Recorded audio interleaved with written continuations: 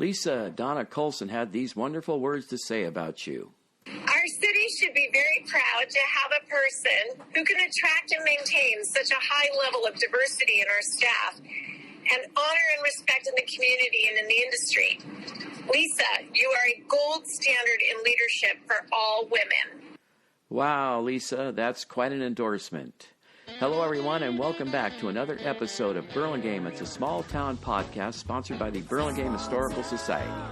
My name is Mark Lucchesi, also known as Mark at the Mic, and my guest today is Lisa Goldman, Burlingame's city manager. Before we begin our interview, Lisa, I'd like to tell our listeners a little bit about you. Lisa K. Goldman is the city manager for the city of Burlingame, a position she's held since December 2012. Lisa is the fourth city manager of Burlingame and the first woman to hold the position. Prior to joining the city of Burlingame, Lisa worked for the city of Alameda for just under 6 years, serving as the deputy city manager, the acting city manager, and the assistant city manager. Lisa is the former intergovernmental relations manager for the city of Fremont and began her career in local government as an administrative intern for her hometown, the city of Palos Verdes Estates. Lisa also spent time on Capitol Hill in Washington, D.C. as a legislative assistant for Representative Henry A. Waxman. Lisa is a member of the International City Council Management Association, the California City Management Foundation, the League of Women in Government, and Women Leading Government. She earned her bachelor's degree from Harvard College and her Master of Public Policy from UC Berkeley's Graduate School of Public Policy. In her spare time, she is a master swimmer who competes in open water races. Lisa Goldman, thank you so much for being a guest today on Burlingame. It's a Small Town podcast. Very welcome. Lisa, I got to go back here to the master swimmer who competes in open water races. What's that all about? So I've been swimming since I was 7 years old, off and on a swim team. I'm currently on the master's team up at the College of San Mateo, and I try to get there 4 days a week. And then in the summer, I do competitions where I swim across lakes or around lakes.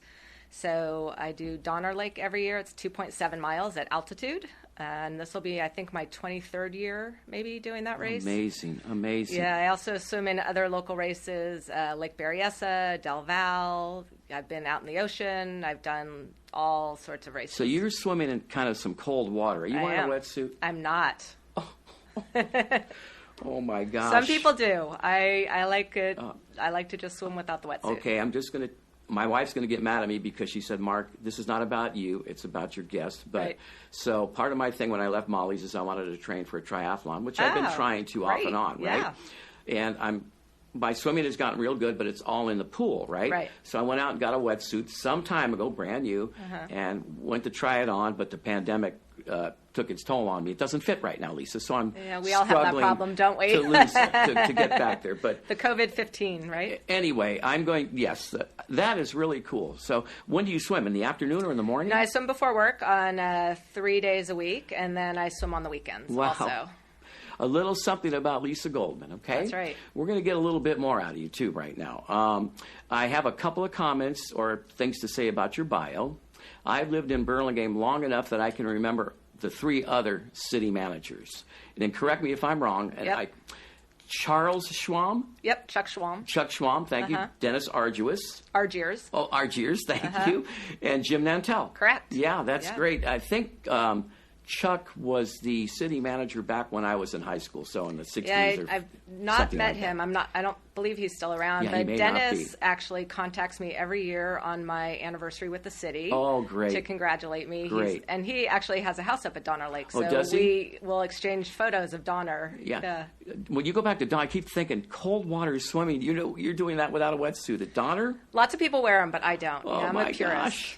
Yeah. Okay, I have another thing here, just as for my own curiosity. You grew up in Palos Verdes. Palos Verdes is gorgeous. Southern California, sits up here, looks down at the Pacific Ocean. But you go to Harvard. You go to the East Coast. I don't get it. You got USC, UCLA, my alma mater, Long Beach State, or you have Stanford on the West Coast here, all these great universities, and you head to the East Coast. What's up with that, Lisa? So my family's all from New York. My parents grew up in New York, both parents, grandparents, aunts, uncles, cousins. Everyone's from New York. So I'd been going to the East Coast since I was a little kid. And my dad went to Harvard. My mom went to Smith, which is also in Massachusetts. Uh-huh. So I just had this vision of red brick and ivy when I was thinking about where I wanted to go to school. I actually got into Stanford, and I came up here to look at the school, and it's a wonderful university. But it didn't look red brick and ivy, and that's really kind of the experience I wanted. I'm also a really big believer in hindsight of California kids leaving California for at least college years. Mm-hmm. You can always come back, and you get just a great perspective of other, places. You meet a lot of people from all over the country. I have friends in Boston, New York, D.C., just all over the place. And I came back. I love California. It's my home. I've been here more than I've been anywhere else, but I really appreciate the opportunity to go try something new. I did learn that I don't like to live in snow. Right. And so I will never go back permanently. You kind of wanted that Palos Verdes weather again. Yeah, or even Northern California. Yeah. And we actually started up here. So I was born at really? Stanford Hospital, and I lived in Palo Alto till I was 9. So, I came home when I came to grad school in the Bay Area. Well, Lisa, I'm going to give you a hall pass on that answer. That's a good answer. We're not going to fight about that. So I have to know, though, when was your, I guess we'll call it an aha moment. When did you know that you wanted to pursue a career in city government or become the city manager? How did that all come about? So it's actually kind of funny because I didn't know there was a city manager career. When I was graduating college, which was many, many years ago, all the cities were just starting recycling programs. And there was a new state law, AB 939, that was mandating that all cities have recycling in place because we were facing this landfill crisis. And I had been really interested in recycling stuff. It was brand new. Nobody was doing it unless you turned in your beer cans for a couple bucks to buy more beer cans. Right. And so when I got home after college, and again, this is a long time ago, my mom said, I wasn't sure. I thought I wanted to go to law school, but I just wasn't sure. My mom said, the city is starting a recycling program. Maybe you should talk to the city manager and work on it. And I said, what's a city manager? Mm-hmm. I had no idea. I'd never heard of that job. I thought, you could be a lawyer, you could be a doctor, you could go into business. I didn't really know that there was a whole management profession. I thought you just had a mayor and the mayor ran things. But Palos Verdes is about 15,000 people. We don't have a strong mayor there, just like we don't have a strong mayor here. We rotate the mayor, and they rotate the mayor in Palos Verdes. So it's really the professional staff that are there day to day and doing, carrying out the work that the city council sets the policy and the staff carries it out. And so I wrote a letter to this city manager, who's a wonderful guy, and he became a mentor to me and talked to me about city government, and he taught me a lot. I worked for him just under a year. And, he'd come into my office and say, what do you want to learn? I say, well, I don't know anything about the budget. Okay, well, let's do the budget together. Yeah. I don't know anything about whatever this issue is. Well, let's work on that together. And so I learned a lot. And then I thought, if I'm going to make government a career, which I was leaning that way, I was done. At that point, I decided I didn't want to go to law school. If I'm going to make government a career, maybe I should see what else was out there. And that's when I moved to Washington, D.C. and got a job on the Hill. So I worked in Congress for a while, and then in 1995, I came back to California for graduate school. So I went to Cal and got my master's in public policy. And I worked in nonprofits for a couple years, and then I really missed my roots. So in 1999, I started looking at city governments again, and I did some informational interviewing, and I kind of lucked into a job in Fremont, and I've been going strong ever since. That's pretty cool. Yeah. Yeah. Okay, so when it was time for our former city manager, Jim Nantel, to retire, how did you find out about the opening for the city manager position in Burlingame? So this is actually a little roundabout. My partner, David, is also, he's now a retired city manager. And at the time, he was living, this was in 2012, he was living up in Oregon, and he was looking for city manager jobs in the Bay Area. And so we were just going on all the websites, and there's recruiters who cities hire to recruit for city manager jobs, and so they'll post jobs. And then we were just going on city websites and, typing in jobs available and looking to see what we could find. And Burlingame had a coming soon notice on the Burlingame website for months and months and months. And David ended up getting hired elsewhere because the Burlingame job hadn't opened. So he came back to California, and he was working in Santa Clara County for a city down there. And I was still waiting. And at that point, I wasn't even sure that I wanted to be a city manager. But then I went on a vacation that summer, and I came back and said, it's time. I'm ready. And then the Burlingame job opened. And so I contacted the recruiter. It was a woman I knew, Bobby Peckham. And I said, Bobby, I'm ready. I want to apply for this job. Great. Let's get you into the process. And so I submitted my resume, and I think we had to write some essay question answers. And, a couple other things, and I submitted it to Bobby, and I got into the process. And so that was all in sort of the September, October timeframe of 2012. Do you know how many other applicants applied for the position by any chance? Yeah, I was glad you let me know that question ahead of time because I had to look it up. I didn't remember. It was 55 of us who applied. 55? Mm-hmm. My gosh. Yeah. Okay, so who interviewed you, and how many interviews did you go through? Right. So the first interview was with Bobby, the recruiter. She does the screening interview, and then so she interviews. I don't know if she interviewed everybody because probably some of those candidates weren't really viable. She just didn't have the qualifications right. or something. But so she interviewed some number of us, and then she puts together a binder of resumes and sort of her take on the different candidates. And so she presents that binder of some number of candidates to the city council. And then they decide who they want to interview. So my first interview was with the city council, and that was all 5 of them.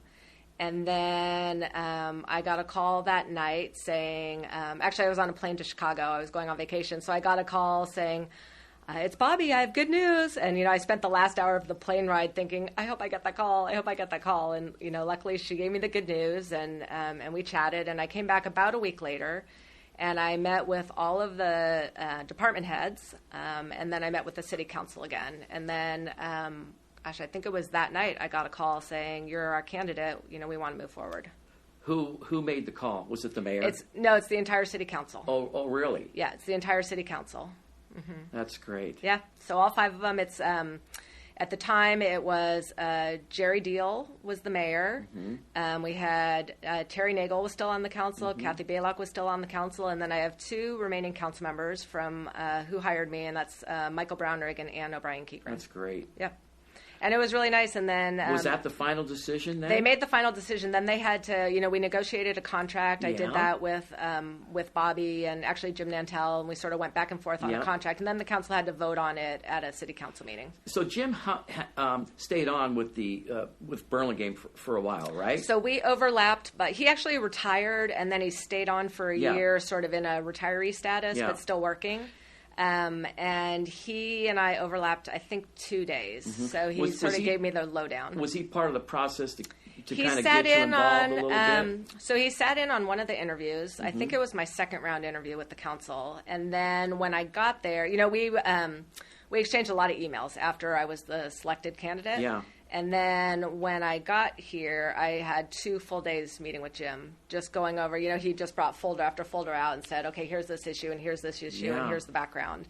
And it was a fire hose. I mean, I was just overwhelmed. And it was very end of December. Our building is freezing. So I just sat there shivering for 2 days, having the fire hose pointed at me, trying to learn as much as I could before he left. I mean, you're sitting at a desk, I guess, in your office. Mm-hmm. Did you have that moment, okay, what do I do now? Where do I start? What's the deal here? Heck yeah. Yeah. Yeah. I mean, there are days, especially at the beginning where you think, I'm a complete fraud. What am I doing here? And then you start to figure out, and you go, I got this. Yeah. I can do this. I've got the training. Here you are 10 years later. Yeah. I mean, I have the training. I have the experience. I've got the smarts to do it. And absolutely. And I am in a really good city also. When I was looking for city manager jobs, there's a lot of my colleagues who will move anywhere and take any job they want. And I didn't want to do that. I wanted to go to a city where I was confident that I would have, a nice, welcoming community, that I would have a council that was respectful of themselves and of staff. Yep. And I found that, and I actually came and watched a city council meeting before my first interview. I drove over here one Monday night, and I sat in the back of the room, and I watched them, and I watched how they interacted with each other. And that was really important to me because I was coming from a city where the council members yelled at each other on the dais. Yeah, this one has good chemistry, right? It's really good chemistry, and they don't always agree. I mean, we don't always get a 5-0 vote, and you shouldn't. That's weird, right? But they're very respectful when they disagree, and that's what I wanted. I wanted people who could be professional and, treat staff professionally, and we all make mistakes at times, but there's no finger pointing, there's no sort of bad behavior that goes on. And that's been consistent. I've had several council members turn over since I've been here, but they've all been very respectful and very professional. And we set a good tone, and that's sort of the expectation now for everyone who comes in. Yeah, that's just a nice way to be. Just it's great. Professional setting. It's great. Right, and it allows the staff to get really good things done. When you're sort of under siege from your city council and they're just yelling at you all the time, you lose your motivation. And we don't have that at all. Doesn't work. Right. So you are Burlingame's first female city manager. I yes. In San Mateo County, we have 20 cities, right? Right. How many other female city managers are there? So I believe we have 3 other city managers. Daly City is a woman. Hillsborough, my colleague across the street, Ann, female city manager. And then Redwood City, Melissa. And she and I actually worked together in Fremont many, many years ago. We did have other ones when I first got here. There were a few others, and they have changed over. And then Menlo Park just recently retired within the past several months. And they appointed a man to the interim spot. I don't know if he's got it permanently. How often do you guys get together, I guess still on a Zoom deal, where you guys are all talking, or somebody's leading the group? Yeah, we have monthly meetings of this, we call it the City Managers Association of San Mateo County, and one city manager takes turns leading the group for the year. So I was the chair of the group, I think in 2018. Maybe it was 2019, somewhere around then. We get together monthly. Right now we're doing 2 months on Zoom and then 1 in person. Yeah. And then this month in June, every June we meet with our counterparts in Santa Clara County. So we do a 2-county meeting. Okay. And then I had this little question jotted down saying, let's say you run into a little thing where maybe you would like some advice or some mentoring. Well, first of all, do you have a mentor? Do you still have a mentor? You mentioned the gentleman down in Southern California. Yeah, I'm still in touch with him, although not that often. I'm now I think I'm either the 3rd or 4th most senior city manager in our county. So you're getting the calls. So I'm getting the calls more often than I'm doing the calling. Yep. But I do have sort of my kitchen cabinet of friends in other areas that I talk to. We have a statewide city managers conference in February every year, and so I get to catch up with my friends who don't live around here anymore, but we can hash out issues. Does that conference move around the state? Or it does. It goes back and forth between Northern California and Southern California. How often do you talk to your the female managers, city managers? Are you more apt to call a female city manager than you are a male? I don't know. Is it like a bonding? It really depends on what the issue is. Yeah. So, Ann Ritzman and I, Ann's the Hillsborough city manager, we're in touch all the time because we share a fire department, and we share so much else. So she and I touch base on stuff a lot. Right. My other city manager colleagues, it really just depends on the issue. Our cities are really different, so I might look for a city that's, similar in size and similar types of issues. So, that could be a Belmont or a San Carlos. I'm very close with the San Mateo city manager. He and I have been friends for many years. So it just sort of depends on what's going on. Yeah. Okay, so just for our listeners out there, and most of them are probably citizens here of Burlingame, and what does a city manager do? Why don't you just give me a day in the life of Lisa Goldman, city manager? Okay. Well, so my days change, depending on what I have going on. I'm usually answering a lot of emails. I meet with my department heads about every 2 weeks. So I'll have individual meetings with each department head about every 2 weeks. I'll meet with the council once a month or more often. My department heads as a group will get together every week. So 1 week we'll be planning the agenda for the next city council meeting, and that's sort of a subset of the department head group. And then the couple days after the city council meeting, we all get together and sort of talk about what happened, what's our follow-up items, what other issues are going on that everybody should know about. So the Parks and Rec director might say, we've got a big event this weekend. I'm going to need police and public works assistance. Can you guys help? Yes, we can help. So we'll have those kind of meetings. I'm responding to folks from the community who have a complaint, and so I'm trying to figure out, what's their complaint? What can I do about it? Who on city staff can help solve that? I might be talking to our lobbyists. We're trying to get funding for the Broadway grade separation, so I might be talking to our lobbyists. It's a D.C. firm, strategizing about what grants we can go after or federal dollars of some kind. So it just depends. There's a lot of different meetings. I'm in the Rotary Club, so I'll go to those meetings, although I've not been as good as I should be lately. It's a lot going on. It's hard, yeah. It's you just get busy. It's noontime on a Wednesday. Sometimes they're not that easy to make. Sometimes it's not that easy. But I don't make all of them either. Right. And the one thing that's been a redeeming factor, here I go again, Kathy's going to say, Mark, quit talking. It's a Zoom, and I like the Zoom part of it, so I can just stay at the house. Yeah. And, Zoom has been, I hadn't even heard of Zoom before the pandemic. Right. I didn't know that was a thing. I think most of us didn't know it was a No. thing, but it has made our jobs a lot easier. And we've actually, we were closed to the public for a really long time because we were being very cautious about, the staff getting exposed and the staff exposing people to COVID. Yeah. And so we were doing everything on Zoom, and it really worked well. And our staff is working hybrid schedules now if they can. They work in the office some days and at home some days, and we get a ton done on Zoom. Even our department head meetings we're still doing by Zoom just because it's easier. Just easier. It is, and we have people in different buildings, and so that way they don't have to get in the car and drive over for an hour and then drive back. Yeah, it's crazy. Okay, so let's say you have a meeting with somebody from, I don't know, Public Works or whatever, and you got it. It's a money issue, a budget issue, and a decision's been made. Do you have to take that decision to city council, or does the buck just stop with you on a thing like that? It sort of depends on what the thing is. So I have what's called signature authority. So I'm allowed to sign a contract that's worth up to $100,000. So once it hits $100,000 or above, it has to go to the city council. Yeah. So the staff might say, we want to sign a contract with this, construction manager for $1.3 million. It's a big road resurfacing project. So I'll say, great, if they're the right, folks for the job, perfect. They have to then write a staff report, take it to the city council, and get approval from the city council to do that. If it was a $50,000 contract, that would just go to me. Yeah.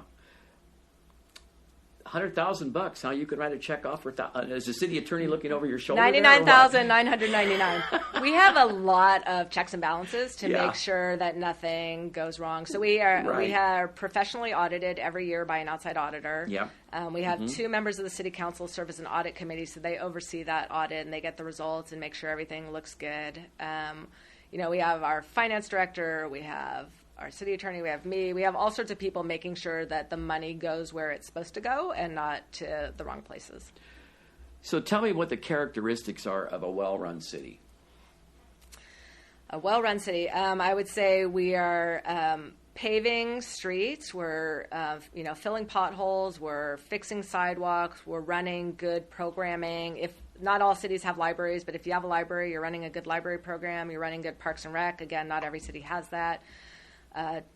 If you have a water utility like we do, your toilets are flushing, you can take a shower, your books are in order, so your financial books are in order, and you have employees who are happy to be here.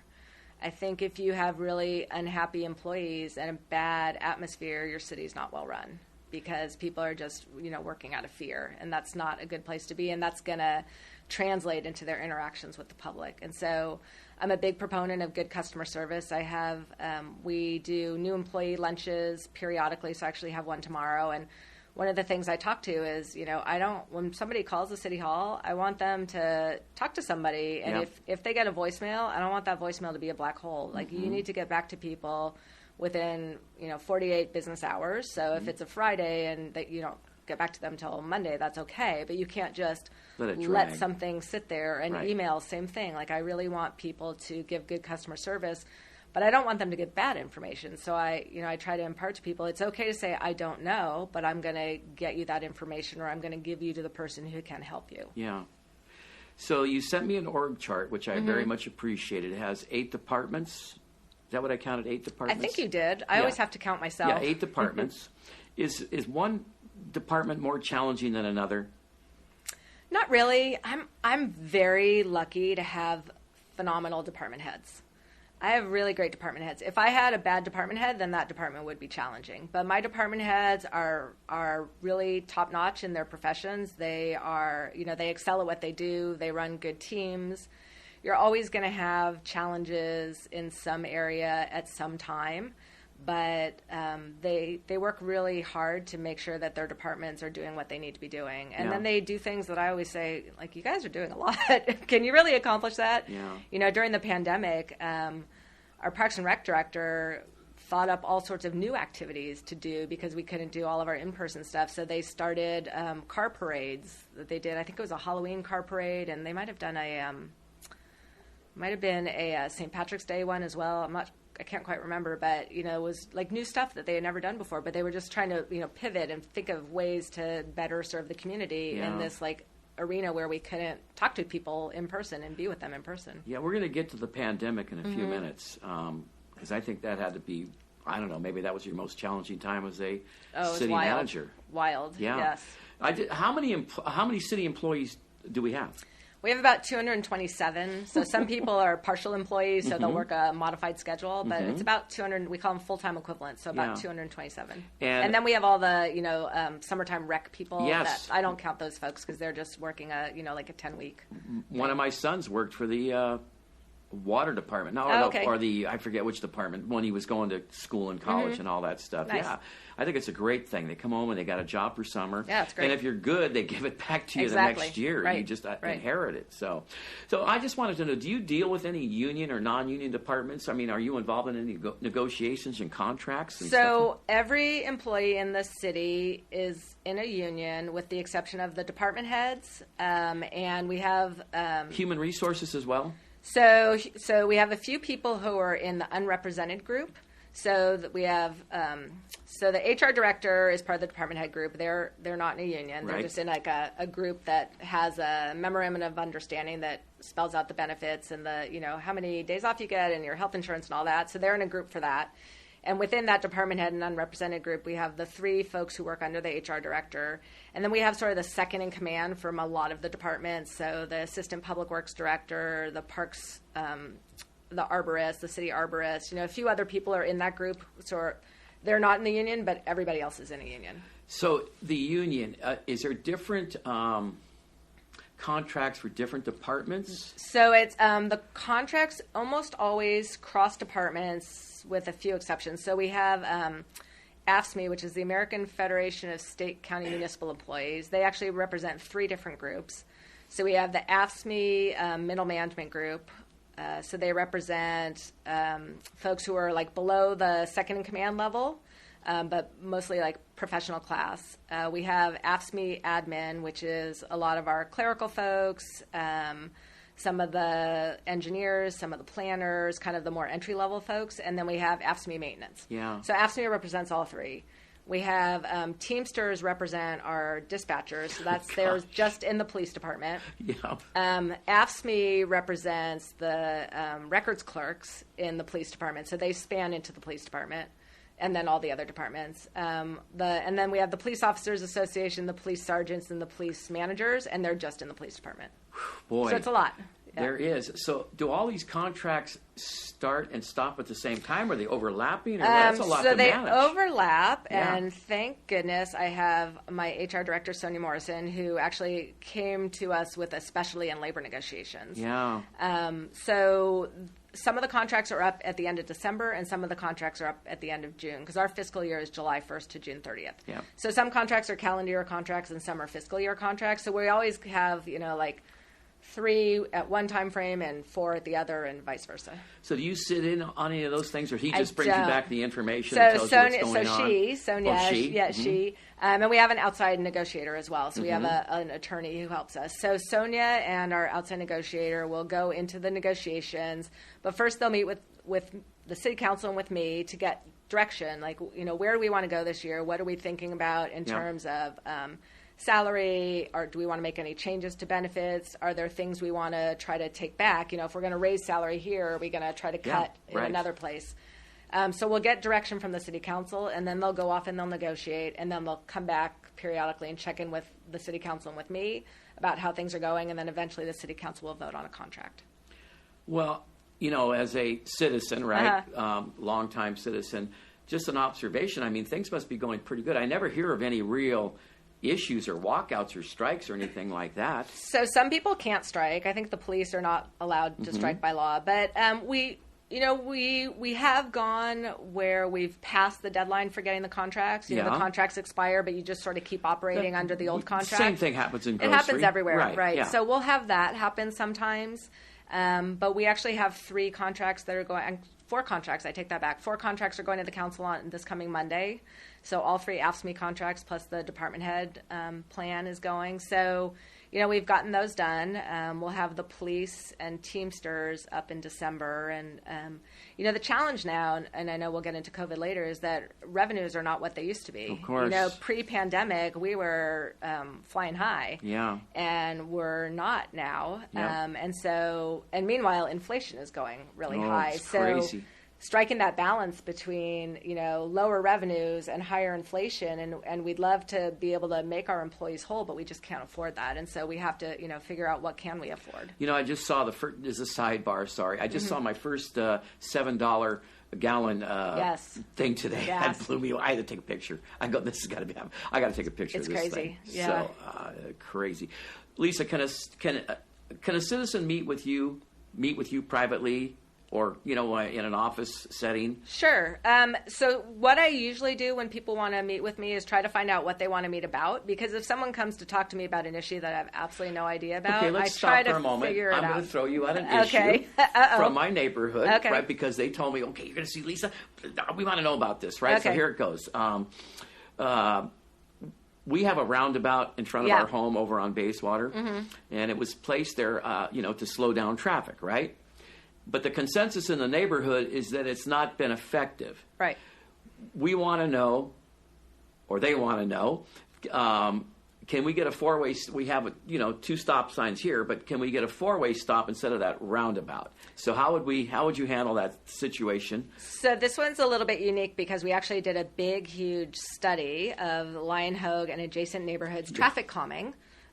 So we did all sorts of yes. So we did all sorts of surveying. We had an advisory committee of neighbors in the area helping us. We did a bunch of meetings, public meetings with neighbors, and so we came up with this plan, and we're in the evaluation phase of it right now. So I would say, today, no, we're not going to change anything. But once we finish the evaluation, then we see, are your observations what we're seeing as well? Right. Or in which case, we probably should make some modifications, or, are there other things we should tweak in a different place that would improve that situation? So we also have something called our Traffic Safety and Parking Commission. So Yes. a lot of issues that are related to speeding in a neighborhood, parking troubles. Do we need a speed bump? Do we need a stop sign? Do we need a something else?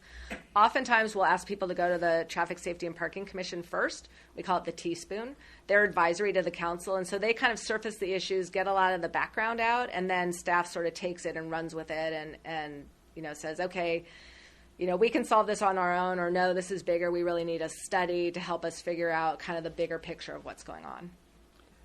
Thank you. And Lion Hogue fans, you heard it. You heard it straight from the horse's mouth there, okay, guys? Yeah. So everybody calm down. So we are working on it. We're in the evaluation today, but it may happen down the road. But, folks should, if they are observing that it's not working, they should sort of, keep a little running journal or something about what they're observing, and maybe there's times of day that are better than other times. Yeah. Whatever information we can get from folks who have boots on the ground is really helpful as we go through our evaluation phase. Great. A little sidebar. 100 years ago, when my dad was alive, he was on the traffic commission here in Burlingame. Why? That's great. Yeah, back in the 60s. So just a little sidebar. Okay, let's move to the Apple Store break-ins or robberies, I guess they were called.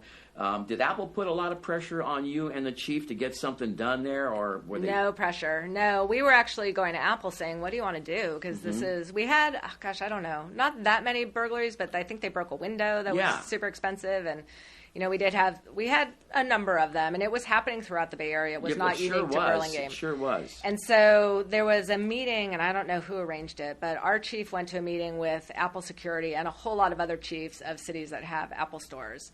And they sort of put together this plan of having sworn officers in front of the store for a while. And Apple paid 100% of the cost of that. We didn't. So we had officers who were working overtime, but Apple picked up the entire tab for it. And they're still doing it. It's working because nothing's happened, right? Yeah, we haven't had a break in there in a long time that I'm aware of. I don't think we have anybody there right now. Apple was closed for a while during the pandemic. Yeah. We do have a vehicle parked out there. Okay. And that vehicle is sometimes occupied, sometimes not occupied. Okay. Right. Okay, so this is going to answer another question about public works, I guess, because last night, my marketing director, Adrian, put out a thing on Instagram. If you have a question for Mark to ask Lisa, now's the time. So I have a few other questions, okay? But I'm going to form it a little differently. So let's say you're walking from City Hall over to Molly Stone's to grab a little lunch, a little soup or whatever, and all of a sudden you're walking, boom, you hit a bump, right? You hit a crack on the sidewalk there. Right. Do you get on the phone, or do you take a picture? You send a text to Public Works, or you just deal with it when you get back to the office? How do you handle something like that? So it depends, and I am somewhat klutzy, so I am likely to hit the crack in the sidewalk. If it's already been spray painted with orange around it, then they already know about it. So, and they will, something that somebody sees as a problem might not rise to the level of something that they're going to address. So I think the threshold is a 2-inch rise, I think is what they're doing. So what I'll usually do is take a picture of the crack, and then, if I'm walking to Molly's, I know exactly where I am. If I'm out, in a neighborhood somewhere, I'll probably take a picture of the crack and then the address of the house nearby so I remember. And then I'll shoot those pictures over to Public Works and say, hey, can you guys go take a look at this? And what about, another question came in, what about all the potholes that are around and stuff like that? So how is that handled? Same way? Yeah, usually, we don't see everything. We're not on every street every day. So if folks see a pothole, they can email the Public Works Department. They can call Public Works. We also have Access Burlingame is our online reporting app that you can put on your phone.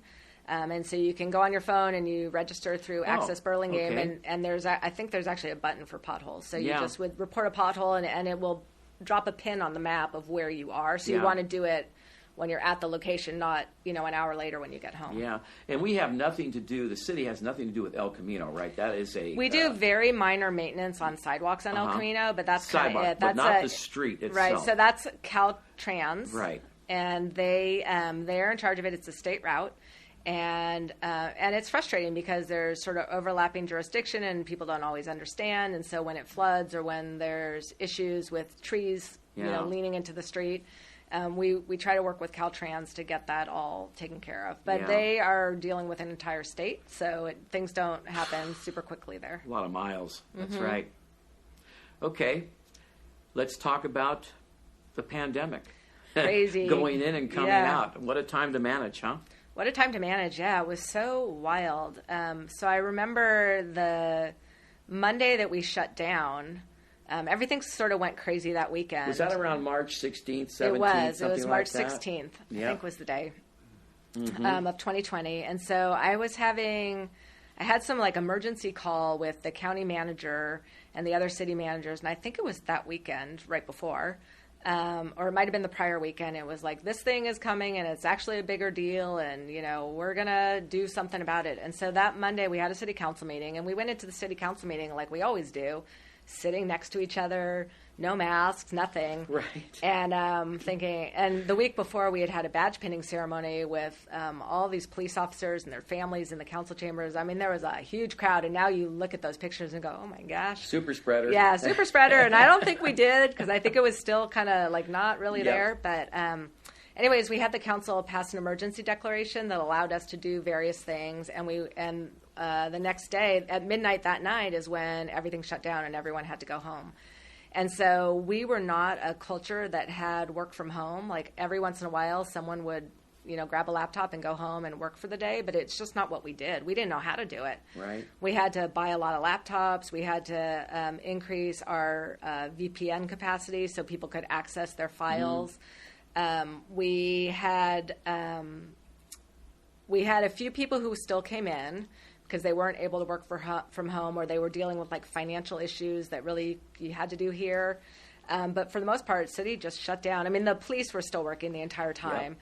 And Public Works maintenance folks were still working, but everybody else was remote. And so we thought it was 3 weeks. And we thought, okay, well, we'll do this for 3 weeks, and everyone will go about their business. And I was coming in about once a week just to make sure the building didn't flood or something were you wacky coming happened. In just at least to collect the mail or anything like that? Yeah, so I wasn't collecting the mail, but that was being held, I think, at the post office. Okay.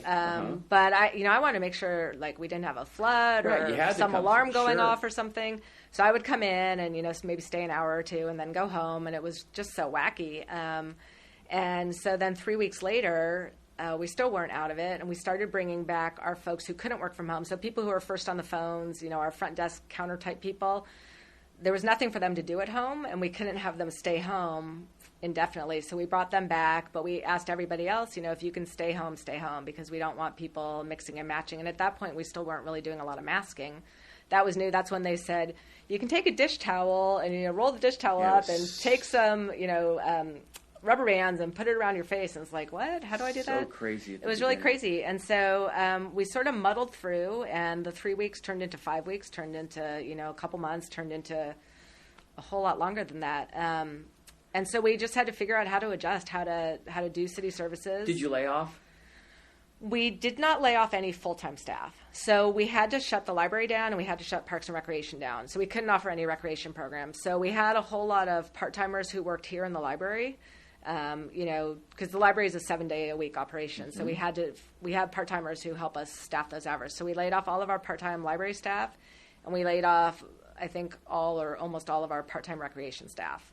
All of our full-time staff stayed employed, and we figured out things for them to do. So even if they weren't, even in the first couple weeks, we said, there's all these online trainings you guys should do, so do those while you're waiting to come back into the office. And so we were just trying to figure out things that people could do remotely.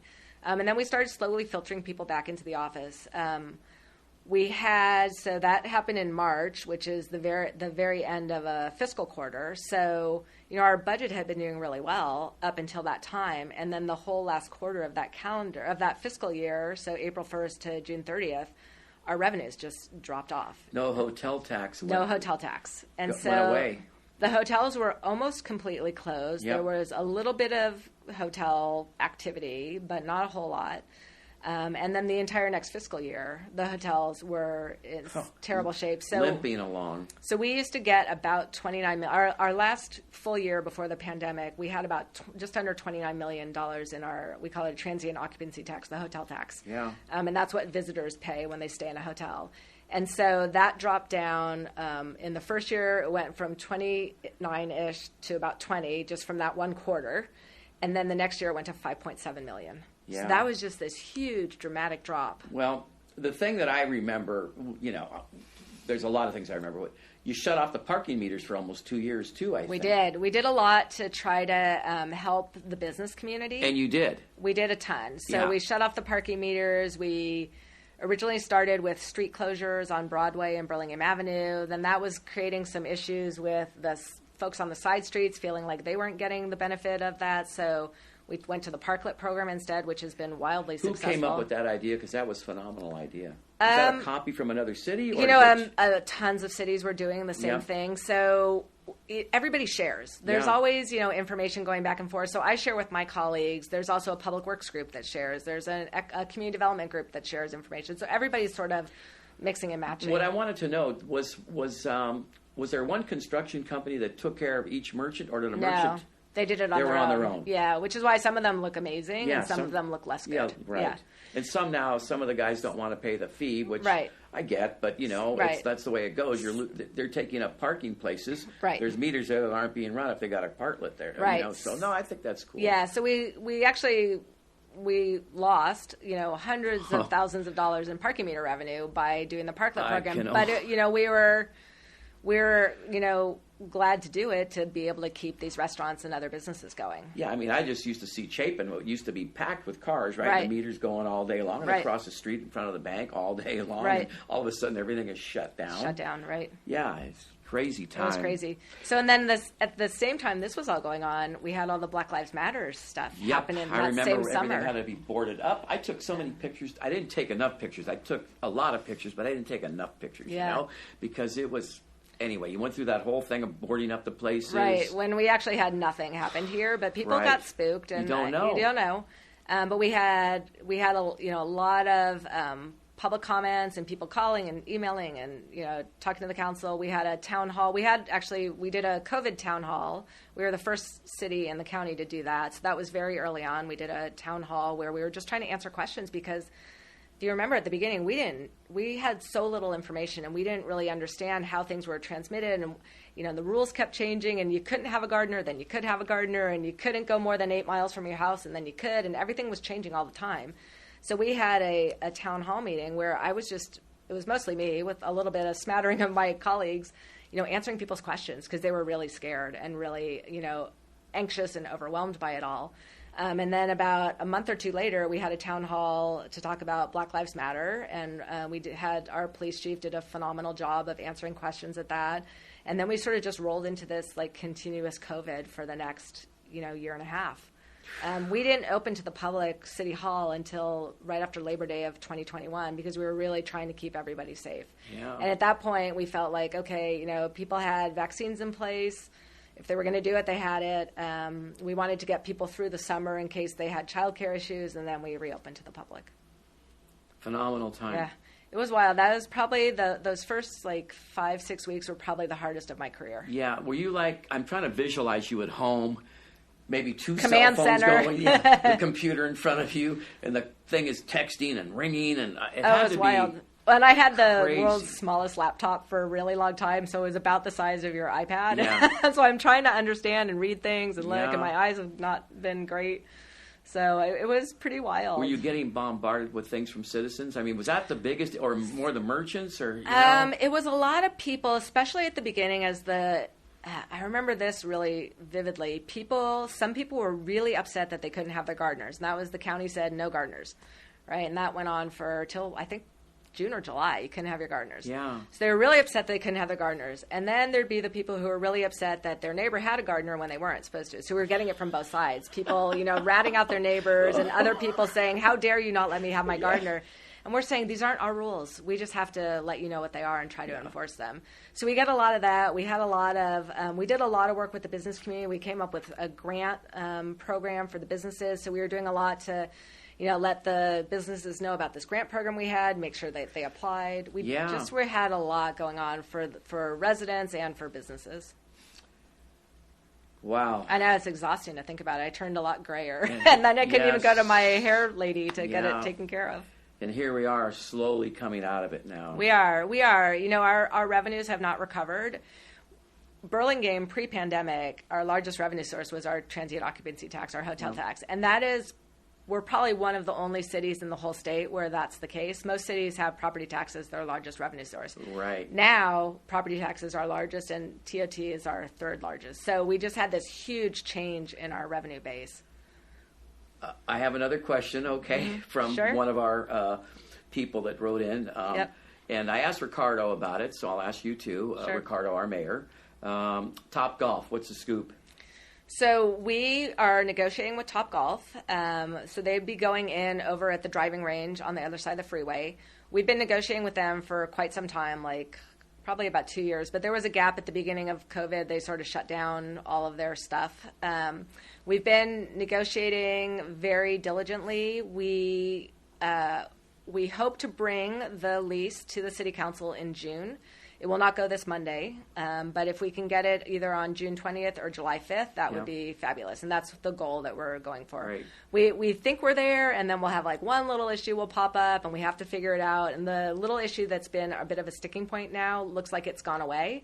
And so then it's just sort of making sure all the I's are dotted and the T's are crossed. Great. That would be so great for It's going to be really cool. Citizens and for the hotels. The hoteliers are really excited about it. Yeah, and I am too. Yeah. It's going to be fun. So let me congratulate you on a couple of things. Thank here. you. Sure. I love that. What are we, about 2 weeks away from the grand opening of the June new 15th. community center. June That'll 15th. be wonderful. Yep. That's just amazing. It's amazing. My brother, who grew up in Burlingame but now lives out in the valley, he hadn't been back home here in a few years. I said, let's go over to the rec center. I want to show you something. Yeah. He couldn't believe it. Yeah, right? it's amazing. Yeah. Couldn't believe it. Then I also took him to the soon-to-be, where the post office is, the town square. Town square, right. Right. He was blown away at that. And I took him over to, hey, so do you want to see affordable housing? Let's go over and see affordable housing, right? Yep, the Village of Burlingame. Oh my gosh, right? There's so many great things going on in the city. Yep. And you really kept it together for 2 years during the pandemic. Thank you think very that much. was Yeah, we opened amazing. our parking garage during that. I know that. That's a great, and it kills me. I talked to Ricardo about that. I said, people seem to be getting a little weird about it. It's a block and a half away from Burlingame Ave. And he said, so close. If you're in the city, you'd be so happy that you found a parking place that was a block and a half away from where you wanted to be, right? You'd probably have to walk up a big hill, too. Yeah, and people, moaning and groaning and all that. It's kind of funny. So they'll get used to it. So I got time for 2 more things, if you don't mind. Of course. Your biggest accomplishment, your most memorable moment here in Burlingame. My most memorable moment. So I'll just talk about some things I'm really proud of. Yep.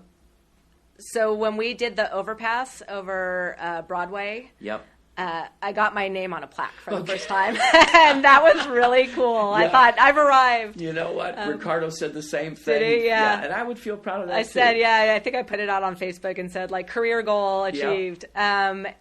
So I thought that was really amazing because that was a project that was a long time coming. Yep. The community center was something folks had been working on since I think the early 2000s, maybe into the 90s. And we passed a sales tax measure to help fund that, and I really led the charge on that. So I'm so proud of that project, and I'll get my name on a plaque again. But I'm just so proud that the council and the staff and the community came together to fund this project. That's just going to be phenomenal. I got to take a tour of it about a week and a half ago, and it's really, really neat. And then, you know what I'm really proud of, and this is something that folks don't necessarily see, but I have the most amazing team that works for me. And I have hired almost all of my department heads. 2 department heads were here before I got here, but they're great. They're part of my family. And I've hired or promoted all the other department heads, and they're solid. They're just phenomenal people who do great work for the city, and that gives me a lot of pride. Well, I would think so, Lisa, in the way. I just keep referring back to the last couple of years, and it was amazing. Just amazing how you navigated everything through. So I know I feel good about that. Thank you. I'm sure Ray feels good about it. So last question. Sure. And I always hold this one back. Okay. If heaven exists, what would you like to hear God say to you when you arrive at the pearly gates? Interesting. You did a good job. I'd like that. Okay. And here's all your old dogs you can see again. You know, that's great. Because I felt the same when I was asked that. I brought my dogs into it too, my parents and my dogs. So anyway. I'm lucky to still have my parents, but we've got a lot of dogs in the family over the years. Sure like to see them again, wouldn't you? Yeah, and I actually have a dog who we call the assistant city manager. And she comes into the office. Where did I see that? I saw that somewhere. She makes it on Twitter sometimes. Yes, that's what it was. Right, that's so great. She's very cute. Her name's Kiki, and you can see her. She's at City Hall every Tuesday. When I was doing my research on you, I came upon that. I thought that's really cool. Yeah, she's great. Lisa Goldman, what can I say? Thank you for being a guest today on Burlingame. It's a Small Town Podcast. Thank you so much, Mark. Today's episode is dedicated to the loving memory of Duffy Ofield. I'd like to thank City Manager Lisa Goldman for being our guest today on Burlingame. It's a Small Town Podcast sponsored by the Burlingame Historical Society. Thanks to my videographer, the great Ray Tyler, Kathy, Wendy, and Shelby for editing and producing, Adrian for marketing, and our musical director, Bray. You can hear more of Bray at bray.com. And finally, thanks to the Burlingame Library for the use of Conference Room A for our recording. The Burlingame Historical Society copyrights this video podcast, and no part of this program can be rebroadcast without permission. So until next time, everyone, see you around Burlingame. It's a small town.